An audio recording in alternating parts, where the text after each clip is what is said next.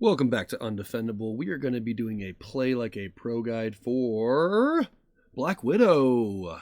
Black Widow is a mid-game powerhouse. She starts slower than most heroes, but once her upgrades stack, she becomes incredibly strong and incredibly consistent and incredibly dangerous. Her success depends on playing upgrades quickly, hitting the correct upgrades and the thresholds accordingly, and then transitioning from the economy upgrade mode into the offense and kill mode at the right time. If played correctly, she can become one of the most explosively consistent damage dealing heroes in the Dice Throne universe. Let's go ahead and hop in to Black Widow. Alright, let's hop into Black Widow's Leaflet. So she's got some interesting stuff, which we'll have to take a little bit of time to cover. The first token is going to be a unique status effect that cannot be transferred or removed by any means. Covert Ops. Used to look at or rearrange cards. You may spend this token once per turn during your main phase to do one of the following effects. Put an ability upgrade from your hand into play. Look at the top 3 cards of your deck. If none of them are ability upgrades, you may reveal these cards and search your deck for an ability upgrade. Show it to your opponent and add it to your hand, then shuffle your deck. Otherwise, put them back in any order. So I'm actually going to pause this leaflet right now to show you how that would work. Actually, I'm just kidding, because I actually have all the cards up here. So I will show you after we go over the abilities and the leaflet. So let's hop back into here and go down to Agility, which is one that you all typically love and know. Can have up to 2. Spend and roll a 1, 2, or 3 to avoid half damage. So when a player with this token receives damage, they may spend it and roll 1. If the outcome is a 1, 2, or 3, prevent half the damage, rounded up. And then Time Bomb. It's a negative status effect. Roll a 6 to attempt to defuse, take 4 damage if you run out of time. So this is one that you put on your opponent, right? You get a Time Bomb ability, for instance, Infiltrate. You put this on your opponent. When inflicted with this token, if you have at least 6 ability upgrades in play, place it on with the 1 side up. Otherwise, place it on with the 2. So if you've upgraded 6 of your abilities throughout the game, you place it on your opponent where it goes off after a turn. If not, it takes 2 turns to go off, right? During your upkeep, a player afflicted with this token must roll 1. On a 1 through 5, you advance the Time Bomb. So if you put it on your opponent and they go into their upkeep and they roll a 4, it would advance, right? That's it. If they roll a 6, it's removed. But if they roll a 1 through 5, it just advances. When a Time Bomb is advanced, if the token is on a 1, the player afflicted with this token removes it and receives 4 damage as an isolated source of undefendable damage. If the token is on the 2, flip it to the side. Okay? Her dice are a bit unique. It's actually a 2A, 3B, and 1C, 2 Espionage, 3 Batons, and 1 Widow. Let's go over Black Widow's abilities. And really, more consistently, what we're going to spend more time on is the upgrades, but let's just go over the base. Baton Strike is the basic. Infiltrate, gain an agility, and inflict a Time Bomb. Widow's Gauntlet, gain CP, deal 6 damage, add 1 damage per ability upgrades you have in play. So her whole gimmick is you're trying to upgrade all of your abilities so that this ends up doing a lot of damage. I'm going to save Red Room for the last. Hacked is her small straight, inflict Time Bomb, then deal 5. If you have 3 ability upgrades in play, deal 7. Vengeance, gain agility, deal 7 damage, and roll 4 delta. This is a pretty strong ability for her large straight as well. Grapple, agility, 6 undefendable, plus 1 for ability upgraded. If you have at least 2 abilities upgraded, gain 1 CP. Sabotage, really strong. If you have 4 ability upgrades in play, you may reroll. So you can see a lot of her maximization of value come from having more upgrades in play, right? Gain damage per upgrade. Deal more damage if you have at least 3 upgrades. Gain a CP if you have at least 2 upgrades. You can re-roll any of these dice if you have at least 4 upgrades. Which brings us to, let's do the alt first, Widow's Bite. Search your deck for up to 2 ability upgrades and put them into play, then shuffle your deck, inflict Time Bomb, deal 10 damage. Really good early game, but not necessarily something you're going to need if you're just doing the game plan that she already has built. And then lastly, The most important ability I want to talk about is her passive, which is Red Room Training. You begin the game with 3 Covert Ops tokens. You may play ability upgrades during any role phase. So instead of having to play during your main phases, you can be like in the middle of your role and be like, you know what, I'm going to play this. And I'll kind of explain a couple scenarios where that makes sense. And then lastly, if you have at least 5 ability upgrades in play, add 1 damage to all of your attacks. This is really good, but the upgrade is what's really, really strong. So let's go ahead and hop into her unique cards first, and then we'll go over the upgrades. Alright, Black Widow's unique cards are all relatively good. Ensemble, you gain 2 agilities for 1 CP at an instant. If you're really trying to prevent damage, it's really strong. Again, one thing you'll notice is it adds additional damage when you have more upgrades in play. So, for instance, Undercover Mission, you're only going to play this if you have at least 4 upgrades. 2 CP for a Time Bomb, not worth it. 2 CP for a Time Bomb and an Agility, definitely worth it. But you have to have at least 4 upgrades in play. Cunning can be really strong if you know the cards that are on the top of your deck. She has ways to search cards, etc. However, 2 CP, Black Widow tends to be very CP starved early game, so 2 CP can be a lot to just go fishing and hope you catch something. So you really only want to play this upgrade. So reveal all ability upgrades in the first 5 cards and put them into your hand. So if you don't know there's ability cards there, I wouldn't play this. If you know there's 2 or 3, or for instance the Red Room training upgrade in there, 100% you would play this to get it online. Elude, if the outcome of an agility die roll is a 5 or 6, you may play this card to ignore all incoming damage. Very, very strong. Recoil is a defensive ability. Normally, you can sell this early in order to get some of your upgrades online if you find it, because generally it's better to sell an upgrade than to wait to see the outcome of this and then see what happens, etc. And then lastly, Subversion. I would only play this if I did the additional 1 damage for each ability upgraded played this turn, right? So if I did a lot of upgrades this turn, this can be really, really, really strong. Let's go ahead and go over her upgrades. Alright, welcome back down to here. I just put all the upgrades on the board because she has literally an upgrade for every ability, and we'll just kind of go over them each here and now so we can kind of talk about them. Number 1 upgrade you're going to want to seek out is Red Room Training 2. Because of this top ability, whenever you play an ability upgrade card, draw 1 card, excluding this card.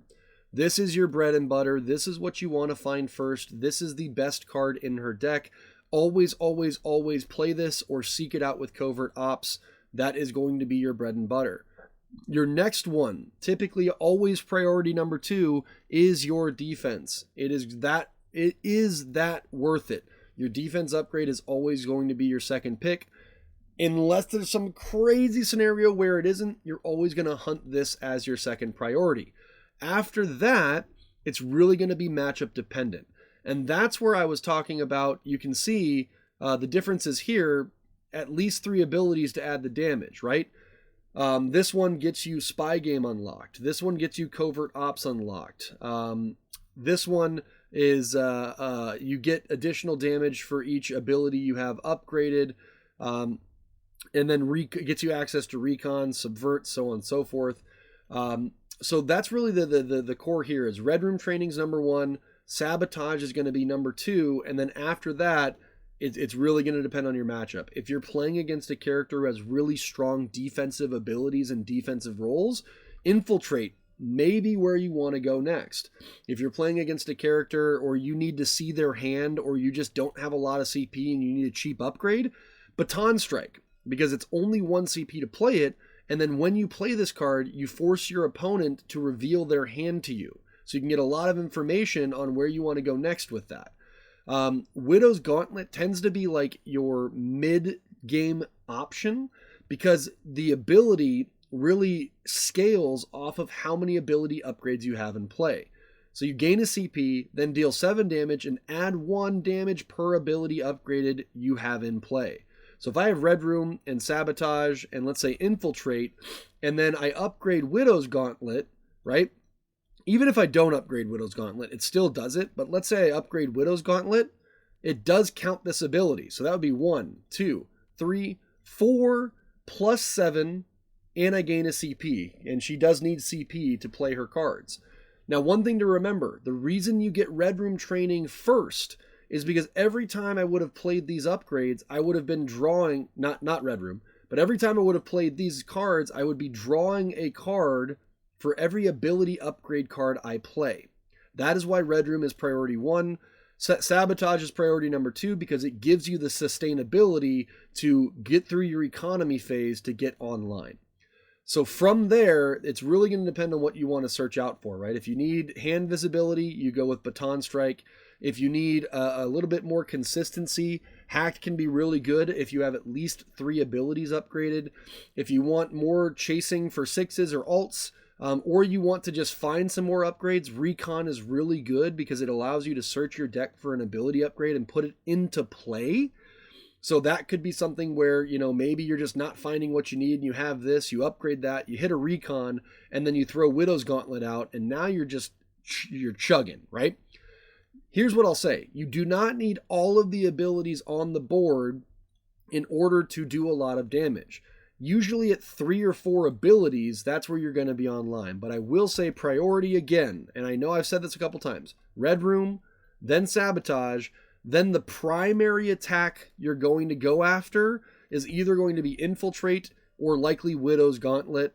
So I would go Red Room, Sabotage, one of these. If it's Infiltrate or Widow's Gauntlet, then you would go to potentially Grapple if you're trying to find Widow's Gauntlet or Infiltrate.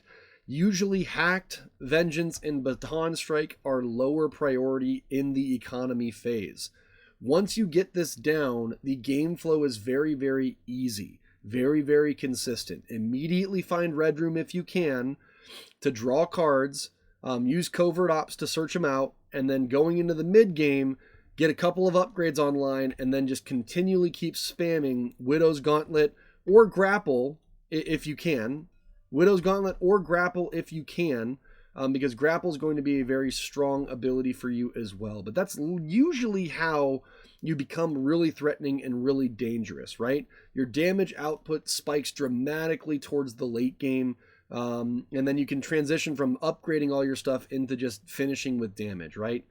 Always chase Red Room first as a key tip. Tip number 1, always chase Red Room first and decide early which upgrade thresholds you're going to want to go for, whether that's getting more damage off of this or gaining a CP, getting more damage here, searching for your opponent's hand, trying to get a little bit more consistency or aggressiveness with Spy Game, etc.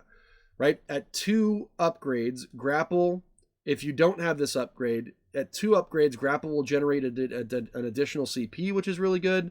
At 3 upgrades, Hacked adds additional damage. At 4 upgrades, your defensive role becomes a little bit more consistent. However, I always suggest getting this as your second priority. And then at 5 upgrades, right? At 5 upgrades, Red Room adds an additional damage. And then at 6 upgrades, your time bombs improve, right? I believe, where does it say it? It says it somewhere, but when you have, here it is. When inflicting this token, if you have 6 upgrades, place it on your opponent with the 1 side up. So before 6 upgrades, you would just place it on your opponent here. They would roll. If they don't roll a 6, it flips. If they don't roll a 6, it goes off for 4 damage. When you have 6 upgrades, 1, 2, 3, 4, 5, 6 online, whenever you inflict Time Bomb, instead of going on your opponent at 2, it goes on your opponent at 1, and then they only have 1 chance to roll a 6 or it blows up, right? So that's kind of the idea around the thresholds, is each one of these has a threshold where it's going to incrementally do more damage. Tip number 3, know when to shift from economy into your threat mode. Once you reach your target upgrade threshold, stop prioritizing upgrades and start pushing more and more damage. Tip number 4, early game CP is extremely tight. CP is extremely tight early game, and you will often need to sell cards to fund the upgrades that you're looking for, which again is why Red Room is so important, because it gets you not only the card draw, but CP. If you draw cards you don't need, you can sell them, etc. So let me do like a quick example here Just so, because I know like that, all of that is sounds well and good, but if I don't know what I'm doing or how I'm playing this, it's gonna be a little bit different. So I would start the game drawing 4 cards. Okay, I mean, well, we shuffled and we drew Red Room and Sabotage, which is really, really amazing, right? Even with 2 CP, this can be a little bit interesting. Now, even in this scenario, one thing I could do, again, Covert Ops, this is actually a really good example. Look, so I can choose one of the following effects. Put an ability upgrade from my hand into play. So I could spend 1 and then put Red Room into play without paying the CP. The second option is I look at the top 3 cards of my deck. If none of them are ability upgrades, I may search my deck for an upgrade and put it into my hand. Otherwise, if there is an upgrade in there, I put them back in any order, right? So let's just say here we are, and I cash this in, and I play Red Room for free, and then I upgrade this for 2. Well, now since I have Red Room online and I upgraded this for 2, I would draw a card, because whenever you play an ability, upgrade card, draw a card. Okay, we drew bye-bye. Now again, let's discard this because in some of your guys' game plans, it may not be worth it. So now the problem is I have 0 CP, right? I have 0 CP and I need to roll, but I already have 2 upgrades online, right? Which means this is going to gain me a CP as well if you think of those thresholds. Now, a couple of things we could do. I could sell Cunning, gain a CP. I can only play, I believe I can only play 1 of these per turn for Covert Ops. I believe only 1 can be played per, you may, once per turn, yes, okay. Once per turn for Covert Ops. So I can't like go, oh, I'm going to search at 3, oh, I'm going to search at 3. You can only play 1 per turn. But we're already in a pretty good spot, right? We're already feeling pretty saucy. So in this scenario, let's say my opponent has really strong defense. This may be a scenario where I push for Infiltrate. Now, we didn't really see what we wanted there.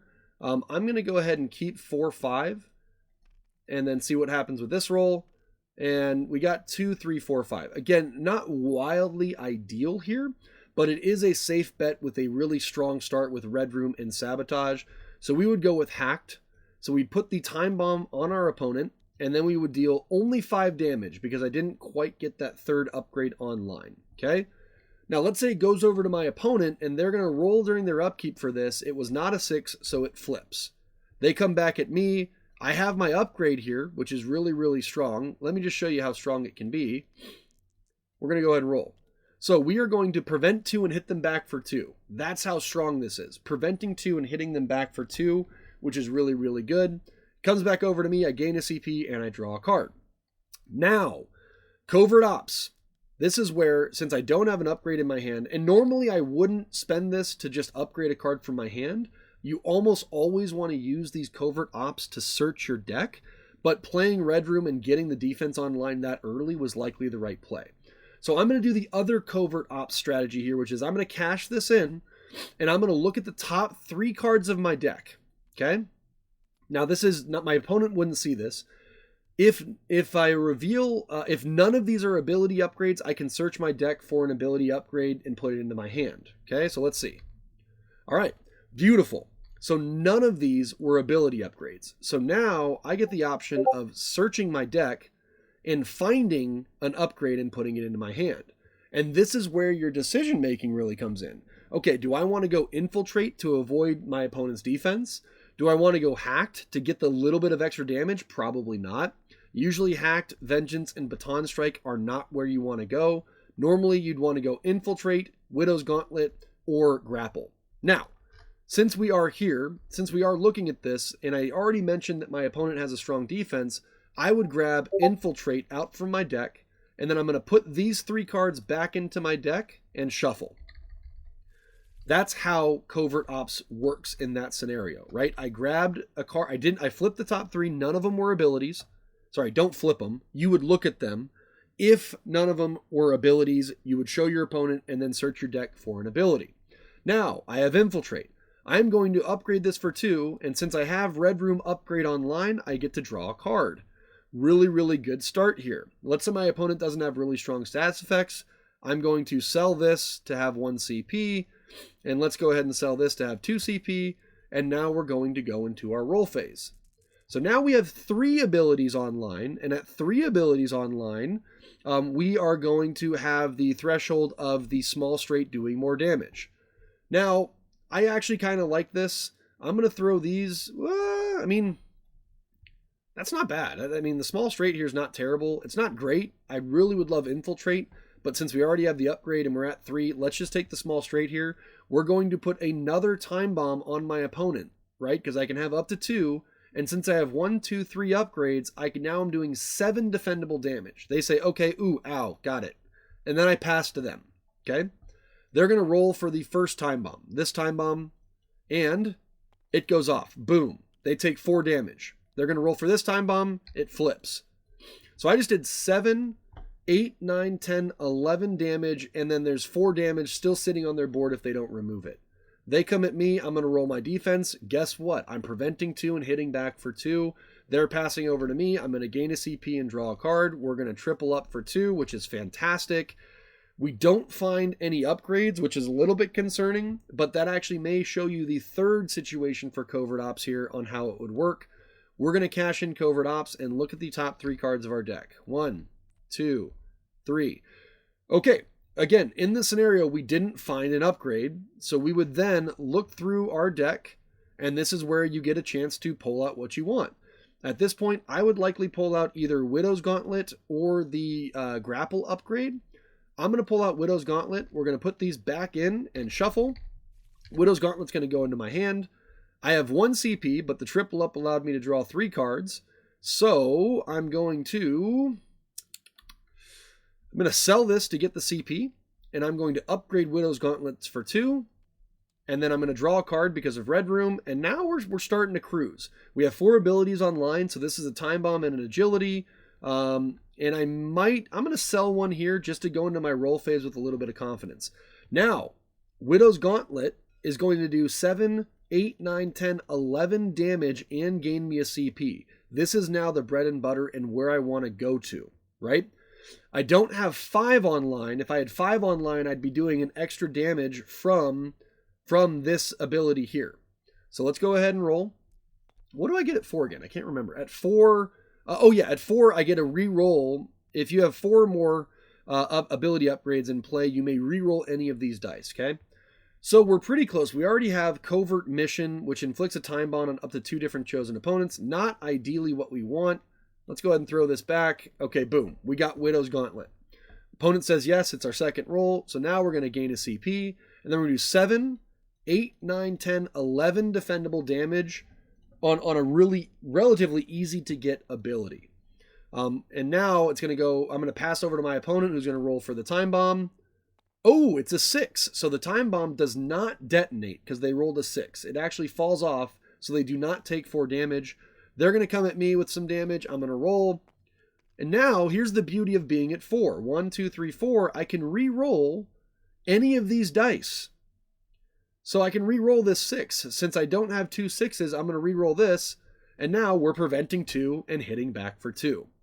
And that's really how that cycle works. So let's just do one more turn. They pass over to us. We get Baton Strike, which is fantastic. We're going to play it out for 1, draw a card. But when we play this out, we can look at our opponent's hand. So now I just got all of my opponent's information in their hand, and I have some really nice dice mods. So now I can start pushing for some maybe more aggressive abilities if they don't have ways to get me off of it, right? Okay, let's do one last example here. Let's just say, I'm gonna give you guys an example of how Covert Ops would work if the top 3 cards. Okay, that's a promo card. That's bye-bye. Okay, let's do this. Here we go. All right, normally, here, let's just do this. All right, so, actually here. Okay, so, let's say it's the start of my turn. I drew a card, whatever, I'm here. I'm going to cash in Covert Ops and look at the top 3 of my deck. Now again, if none of these are ability upgrades, I would search my deck. If one of them is an ability upgrade, I don't show my opponents these hands, but I now need to put them back in. If none of the are ability to search your deck, you may reveal these as your ability upgrade, show it to your opponent, Otherwise, put them back in any order. So since this was an ability upgrade, what you always want to do here is you want to make sure you draw this next. You want to make sure you draw this next because you can put them back in any order. So I'm going to put these back like this and put this on top, knowing that that card is going to come into my hand next, so that my next covert op search isn't going to hit that same card, because you really want to search your deck to find Red Room and Sabotage. Okay? Whew! Okay, that was a longer guide than I was hoping. She's going to be strong against, opponents. Really, she's just strong against everybody. Opponents that excel with defensive roles, so Paladins, Cursed Pirates, she can get around them with Infiltrate and be really, really strong against those while building up economy and taking less damage. She's going to be strong against setup heroes. I would say her biggest weakness is extremely aggressive rush down heroes or heroes that have really strong damage avoidance. So Monk and Ninja, and then like rush down heroes like Pyromancer, Artificer, things like that are going to be slightly weak. If she can't get her economy going quick enough, she could potentially die in those matchups. But outside of that, she's going to be really, really strong. I kind of already showed you a couple of roll attempts and a couple of situations there. So hopefully this was helpful. Appreciate you guys watching. Don't be afraid to like, comment, and subscribe, and we'll catch you next time.